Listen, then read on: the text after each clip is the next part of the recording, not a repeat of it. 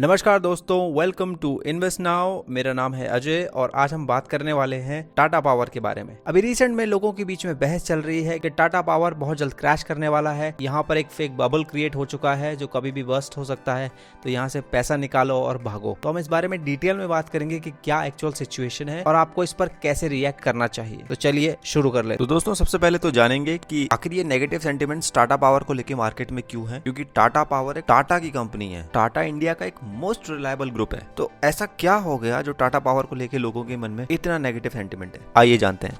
तो इसका जवाब देते हुए मैं आपको बताना चाहूंगा कि लोग पर्टिकुलरली टाटा पावर की बात नहीं कर रहे हैं। ये टाटा पावर के लिए नेगेटिव सेंटिमेंट पर्टिकुलरली नहीं है, ये रिन्यूएबल एनर्जी सेक्टर के लिए लोगों के मन में एक नेगेटिव सेंटिमेंट है। क्योंकि उनका मानना है कि ये सेक्टर ओवर वैल्यूड है और इसमें जो फॉरेन इन्वेस्टर्स हैं वो पहले तो भर भर के पैसा लगाए थे और अब पैसा भर भर के निकाल भी रहे हैं, जिसकी वजह से जो बबल अभी क्रिएट हो रहा है वो कभी भी फट सकता है और ये शेयर एक धड़ाम से गिरेगा। बल्कि कई लोगों ने तो ये भी कहा है कि हमने इसका टारगेट प्राइस 100 रुपए रख दिया है। हालांकि करंट प्राइस यानी कि 233 रुपए 15 पैसे चल रही है। तो दोस्तों, जो लोगों का ये मानना है कि ये ग्रीन बबल फॉरेन इन्वेस्टर्स के इन्वेस्टमेंट की वजह से क्रिएट हो रहा है, कभी भी बस्ट हो सकता है, इसके पीछे भी एक लॉजिक है और उसे भी जान लेना जरूरी है। S&P ग्लोबल मार्केट इंटेलिजेंस की रिपोर्ट के according foreign investors renewable energy की एंजाइटी की वजह से अपने करंट शेयर्स बेचने में लगे हुए हैं। रिन्यूएबल एनर्जी सेक्टर को एक लॉन्ग टर्म इन्वेस्टमेंट की तरह से प्रोजेक्ट किया गया था और इसमें से फॉरेन इन्वेस्टर्स तुरंत प्रॉफिट जनरेट करने के लिए शॉर्ट टर्म में ही पैसा निकाल रहे हैं, बहुत ज्यादा मात्रा में, जिसकी वजह से छोटे इन्वेस्टर्स या रिटेल इन्वेस्टर बहुत ज्यादा पैनिक कर रहे हैं, जो कि स्वाभाविक सी बात है। अगर एकदम से शेयर प्राइस गिरना शुरू हो जाए, कोई भी छोटा इन्वेस्टर फ्रीक आउट करेगा ही करेगा। तो आपका ये सवाल होगा कि क्या मैं ये समझ लूं कि ये टाटा पावर का स्टॉक है वो सच में 100 रुपए तक गिर जाएगा 223 रुपए के करंट प्राइस से? तो जी नहीं, ऐसा नहीं होने वाला है।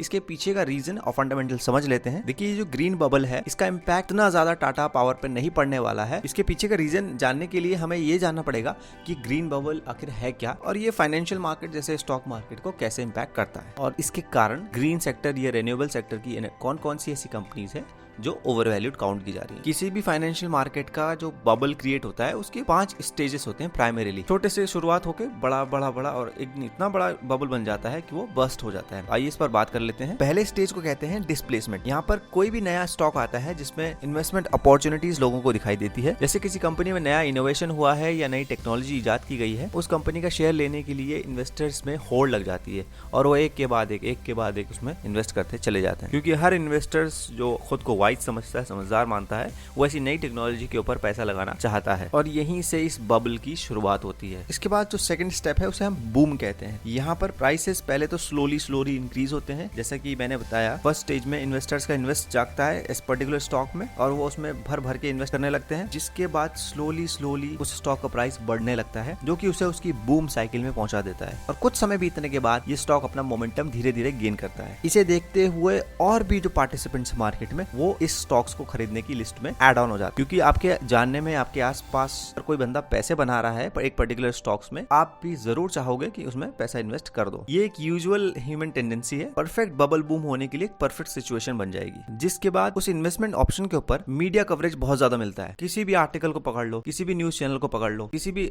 रेटिंग एजेंसी को पकड़ लो, किसी भी एनालिसिस एजेंसी को पकड़ लो, इन सब में उस स्टॉक की चर्चा होने लगती है और बहुत से लोगों को लगने लगता है कि भैया ये तो once in a lifetime opportunity है, इस स्टॉक के बारे में इतना बोला जा रहा है और नई टेक्नोलॉजी भी है, अभी खरीद लेता हूँ, हो सकता है बाद में इतना महंगा हो जाए कि मैं खरीद ना पाऊँ। वो भी होड़ में जुट जाते हैं। इसी के बाद ये बबल तीसरे स्टेज में पहुंच जाता है, जैसे हम कहते हैं यूफोरिया। एक ग्रीक वर्ड है जिसका मतलब होता है मिल गया या मैंने ढूंढ लिया। तो यहाँ पर लोग यही समझने लगते हैं कि अरे वाह, हमें खजाना मिल गया है और इसके बाद वो लॉजिक, स्टैट्स सब कुछ भूल जाते हैं और बस ब्लाइंडली इन्वेस्ट करने के लिए उस स्टॉक के पीछे दौड़ पड़ते हैं। ज्यादा लोग इसको बाय करने के लिए जाएंगे, उसकी प्राइस हाई होना लाजमी है। वो एकदम से छलांग मारेगा और उसकी प्राइस एकदम तड़ी पार हो जाएगी और वो स्टॉक एकदम हाई प्राइस पे पहुंच जाएगा। अच्छा, वो कहते हैं कि जो भी चीज ऊपर जाती है वो यूजुअली नीचे आती है, तो यहीं से कहते हैं कि पतन या फॉल शुरू होता है स्लोली और ये स्टेज है प्रॉफिट बुकिंग का। कुछ समझदार लोग जो इस समय को देखते हैं कि अपनी प्राइस, जिस प्राइस उन्होंने लिया था उससे काफी अच्छी प्राइस पे अब स्टॉक आ चुका है और वो अपना प्रॉफिट बुक करना थोड़ा करके शुरू कर देते हैं। वो इस बात को भांप लेते हैं कि इस स्टॉक का एक बबल क्रिएट होने लग गया है और वो अपनी इन्वेस्टमेंट पोजीशंस को मार्केट में ऑफलोड करना चालू कर देते हैं। वहीं जो आम लोग होता है कि अरे शेयर का प्राइस थोड़ा सा नीचे गिरा है,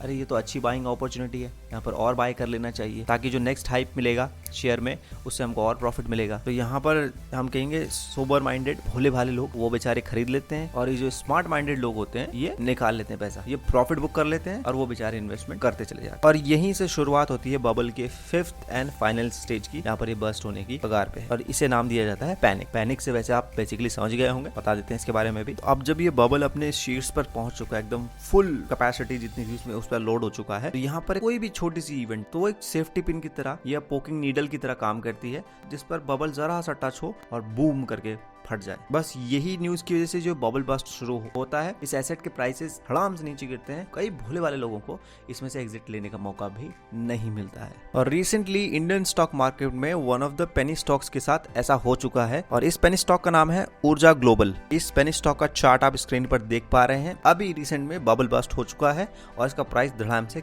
गिर चुका है। मतलब 5 रुपए का ये स्टॉक 33 रुपए 40 पैसे की हाई प्राइस पे गया था और ऑलमोस्ट वापस उसी प्राइस पर पहुंच चुका है, इवन उससे भी नीचे जाने की तैयारी में है। इस स्टोरी के बाद भी कई लोगों के मन में एक डाउट होगा, एक टाइम पर इन्फोसिस और डीमार्ट जैसी कंपनियां भी तो पेनी स्टॉक्स थी, वहां पर भी लोग यही कहते थे इसका बबल बस्ट हो जाएगा, इस एसेट में इन्वेस्ट करना रिस्की है, यहाँ पर बबल बस्ट कभी भी हो सकता है, क्योंकि ये कंपनियां उस समय अपने हायर वैल्यूएशन पे थी और कई सारे इन्वेस्टर इसमें इन्वेस्ट कर रहे थे। उस टाइम पर जिन इन्वेस्टर्स ने इन दो स्टॉक्स को बबल समझकर इन्वेस्ट नहीं किया होगा, आज वो बहुत ज्यादा पछता रहे होंगे, रिग्रेट फील कर रहे होंगे। तो इससे ये बात तो कंफर्म हो जाती है कि रिन्यूएबल एनर्जी सेक्टर अपने मैसिव एक्सपेंशन की तरफ बढ़ रहा है। तो पहला फैक्टर तो यहाँ पर फुलफिल होता हुआ दिख रहा है। दूसरा फैक्टर है बिजनेस ग्रोथ। यहाँ पर हम देखते हैं कि टाटा पावर इस इंडस्ट्री में अपना बिजनेस स्टेबली ग्रो करने में कितना सक्षम है। तो यहाँ पर हम टाटा पावर की कुछ फैक्ट्स और फिगर्स को देख लेते हैं। सबसे पहला फैक्ट ये है कि पावर इंडस्ट्री में टाटा इस वक्त मार्केट लीडर है, यानी कि इस कंपनी का रिन्यूएबल पावर कैपेसिटी 31% के आसपास है, जो कि एक बहुत बढ़िया नंबर है। और इतना ही नहीं, कंपनी ने ये अनाउंस भी किया हुआ है कि 2025 जो कि बहुत ज्यादा दूर नहीं है, रिन्यूएबल पावर कैपेसिटी को 60% तक बढ़ाने का डिसाइड किया है, जो कि बहुत अच्छा कदम होगा मेरे हिसाब से। और इससे भी अच्छी बात 2030 जो कि इसी डेकेड के एंड में आएगा, टाटा पावर ने ये क्लेम किया है वो अपनी रिन्यूएबल पावर कैपेसिटी को 80% तक बढ़ा देंगे। अब आप समझ सकते हैं कि वो कितने ज्यादा प्रॉमिसिंग नोट पर आगे बढ़ रहे हैं। और हम लोग ऑलरेडी जानते भी हैं कि टाटा मैनेजमेंट की रेपुटेशन इतनी हाई है कि जो वो बोलते हैं वो करके दिखाते हैं, और यहाँ पर भी फैक्ट बेस्ड ट्रस्ट क्रिएट हो जाता है। अब नेक्स्ट फैक्टर पे आते हैं जो है sales and profit. Tata power अपनी सेल्स को बिल्कुल जस्टिफाई कर रहा है उसकी करंट वैल्यू के अकॉर्डिंग। आप देखेंगे कि 2018 में इस कंपनी की सेल रही 26,840 करोड़ की, वहीं पिछले 12 महीने की सेल्स की बात करें तो वो 40,983 करोड़ रही। प्रॉफिट की बात करें तो टाटा पावर का ऑपरेटिंग प्रॉफिट 2018 में 2,295 करोड़ था, वहीं पिछले 12 महीने की बात करें तो ये 6,468 करोड़ तक पहुंच चुका है। यानी कि यहाँ से ये तो कंफर्म हो गया है कि ये कोई खोखली कंपनी नहीं है, ये वाकई में प्रॉफिट कमा रहे हैं और काफी हाई मार्जिन पर प्रॉफिट कमा रहे हैं। और इनके सेल्स और प्रॉफिट दोनों ही साइमल्टेनियसली ग्रो हो रहे हैं, क्योंकि हम पहले डिस्कस कर चुके हैं कि टाटा पावर इस रिन्यूएबल सेगमेंट में ऑलरेडी मार्केट लीडर है। टाटा पावर जो कंपनी लोगों को घरों में बिजली प्रोवाइड कराती है, कल को वो अपने थर्मल प्लांट को बंद करके जैसे कि 2030 तक रिन्यूएबल एनर्जी का सेगमेंट बढ़ाते हैं, तो इससे उनके कस्टमर्स को कोई फर्क नहीं पड़ेगा, क्योंकि एट द एंड आपको घर में बिजली चाहिए। इट डजंट मैटर कि वो कोल से आ रही है या किसी रिन्यूएबल सोर्स से। और ये भी एक फैक्ट की बात है कि आने वाले सालों में, आने वाले दिनों में इंडिया की पावर नीड, इलेक्ट्रिसिटी की नीड बहुत ज्यादा बढ़ने वाली है, क्योंकि लोअर लेवल इनकम पे हैं वो आगे वो मिडिल लेवल पे आएंगे, जो मिडिल लेवल इनकम पे हैं वो हायर लेवल पे जाएंगे, और जैसे आदमी के पास पैसा आता है वैसे वैसे वो अपनी सहूलियत के अकॉर्डिंग घर में यूटेंसिल्स, अप्लायंसेस लाता है जो इलेक्ट्रिसिटी कंज्यूम करते हैं। साथ साथ हम देख रहे हैं कि भारत में बहुत तेजी से स्टार्टअप्स उभर रहे हैं और बड़ी बड़ी कंपनियां, इंडस्ट्रीज एस्टैब्लिश हो रही है। भारत की फॉरेन पॉलिसी भी अच्छी है, जिसकी वजह से बाहर की कंपनियां भी इंडिया में सेटअप करना चाहती हैं। इन सभी कंपनीज को, इन सभी जगहों पर हमें इलेक्ट्रिसिटी की बहुत ज़्यादा नीड होगी, जिसकी वजह से इलेक्ट्रिसिटी की डिमांड भी बढ़ जाएगी, और ये टाटा पावर के लिए बहुत अच्छी न्यूज़ है। साथ साथ अभी करंट सिचुएशन भी देखें तो कई घरों में आज भी सिर्फ 5 से 6 घंटे ही बिजली आती है। ये सारे पावर शॉर्टेजेस किसी न किसी कंपनी को फुलफिल करने हैं, जिसमें टाटा पावर ऑलरेडी लीडिंग पर है। इनका मैनेजमेंट बहुत एक्टिव और एफिशिएंट है, इनके पास फंड्स की भी कमी नहीं है। यहाँ पर ऑब्वियसली दिखता है कि टाटा पावर बहुत अच्छे फ्यूचर की तरफ बढ़ रहा है। जब Tata power renewable source of energy की तरफ बढ़ेगा इलेक्ट्रिसिटी डिमांड्स को फुलफिल करने के लिए, तो ये कंपनी ग्रीन कंपनी के तौर पर अपने आप को खार के लाएगी, as a green company account होगी।